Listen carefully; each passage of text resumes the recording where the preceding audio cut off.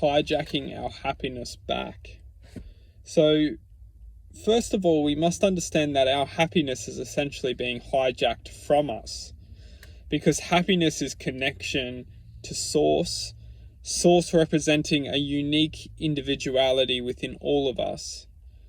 And that unique individuality within all of us is the essence of happiness. It's because everyone is given choice, everyone is given a point of existence which we can ultimately reflect and manifest. And that point of existence within us is essentially what choice is.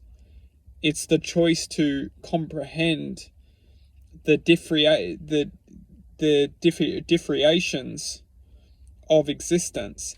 So within existence, we can manifest within a dense, realm of frustration and anger, suffering, neglect, disappointment, mainly just those dense kind of categorizations of existence, frustration, hatred, anger, disappointment, neglect.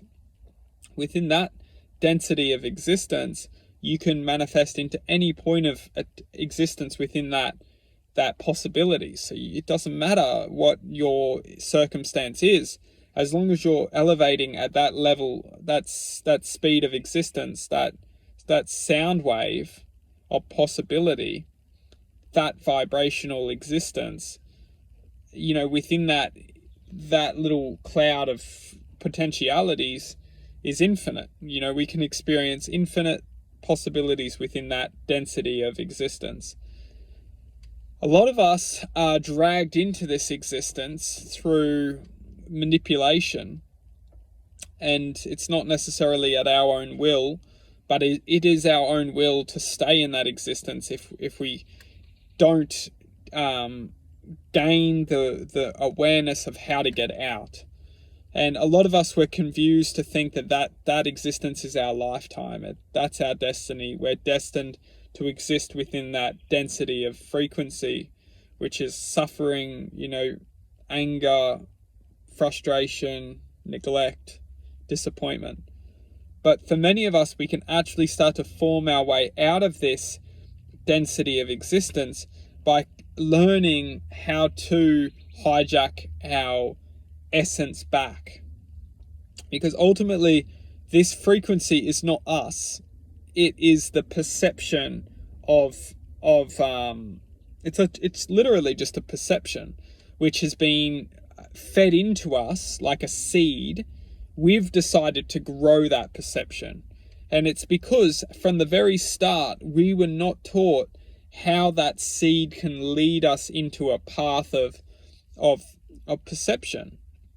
We're not taught these things in school. We're not taught these things in our lives. We're ultimately taught how to be successful within this life, but ultimately successful doesn't mean anything to us because it's not part of our spark of truth, spark of existence of our own truth. And we're taught everything to go against this and then eventually represent this in, distortion awareness, which has nothing to do with our own awareness. Now, to truthfully hijack back our happiness, we must stop looking outside of ourselves. We must stop looking at everyone else. We must stop comparing ourselves to everyone. We must stop thinking how everyone's doing better than us. And we must start looking inside of ourselves, within our heart aura, and start asking the questions within our own self, within our own heart, and starting to ask, how can I build back the trust for myself? How can I start to learn to trust myself? How can I start to learn to develop a relationship with myself? How can I start to learn to love myself? How can I start to learn to respect myself?